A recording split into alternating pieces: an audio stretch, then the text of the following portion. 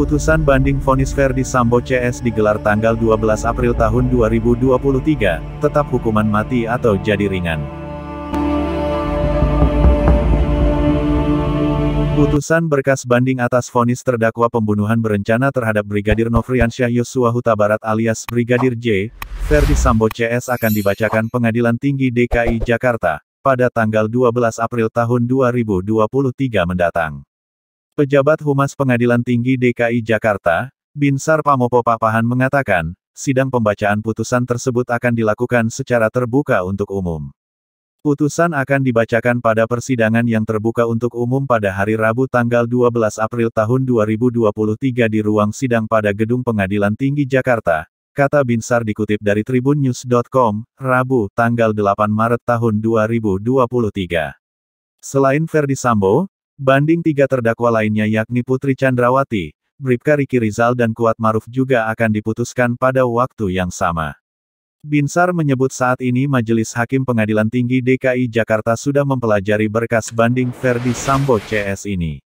Perkara-perkara pidana banding atas nama para terdakwa Ferdy Sambo dan kawan-kawan sudah diterima dan sudah diregister. Bahkan sudah ditangani oleh Majelis Hakim yang ditunjuk, tuturnya. Mempelajari berkas perkara sudah dimulai dan selanjutnya Majelis Hakim akan bermusyawarah untuk mengambil suatu keputusan, sambungnya. Sebelumnya Pengadilan Negeri PN, Jakarta Selatan menyatakan telah melimpahkan berkas perkara para terdakwa pembunuhan berencana Brigadir Yosua ke Pengadilan Tinggi PT DKI Jakarta.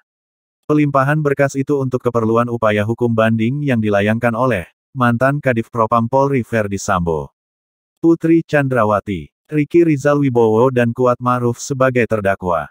Berkas perkara Ferdy Sambo, Putri Chandrawati, Kuat Maruf dan Rizky Rizal telah diserahkan ke PT DKI dalam proses banding pada hari Jumat tanggal 3 Maret tahun 2023, kata Juyamto dalam keterangannya kepada awak media, Jumat tanggal 3 Maret tahun 2023. Dengan begitu, maka proses hukum lanjutan terhadap para terdakwa yakni masuk pada sidang banding.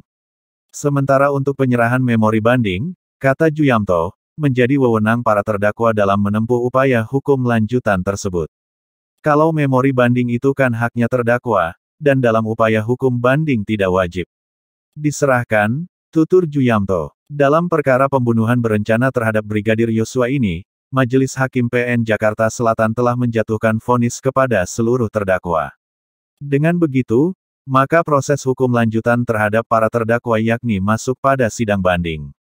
Sementara untuk penyerahan memori banding, kata Juyamto, menjadi wewenang para terdakwa dalam menempuh upaya hukum lanjutan tersebut. Kalau memori banding itu kan haknya terdakwa, dan dalam upaya hukum banding tidak wajib diserahkan, tutur Juyamto. Dalam perkara pembunuhan berencana terhadap Brigadir Yosua ini, Majelis Hakim PN Jakarta Selatan telah menjatuhkan vonis kepada seluruh terdakwa. Dalam putusannya Majelis Hakim PN Jakarta Selatan menjatuhkan pidana mati kepada Ferdy Sambo. Sementara untuk sang istri yakni Putri Chandrawati dipidana 20 tahun penjara. Kemudian terdakwa Riki Rizal Wibowo divonis pidana 13 tahun penjara, dan untuk terdakwa Kuat Maruf divonis 15 tahun penjara. Hakim menyatakan semua terdakwa itu bersalah melakukan tindak pidana pembunuhan yang dilakukan secara bersama-sama dan didahului perencanaan. Hakim menyatakan mereka bersalah melanggar pasal 340 KUHP junto pasal 55 ayat 1 pertama KUHP sebagaimana dakwaan primer jaksa. Hukuman yang dijatuhkan hakim itu jauh lebih tinggi daripada tuntutan jaksa. Jaksa menuntut Ferdy Sambo dengan pidana seumur hidup penjara, sementara terdakwa lainnya dituntut 8 tahun penjara. Atas vonis tersebut, para terdakwa kemudian menyatakan banding. Di sisi lain kepada Barada Richard Eliezer, hakim menjatuhkan vonis 1,5 tahun penjara. Vonis itu jauh di bawah tuntutan jaksa penuntut umum yang menghendaki Richard dihukum dengan pidana 12 tahun penjara.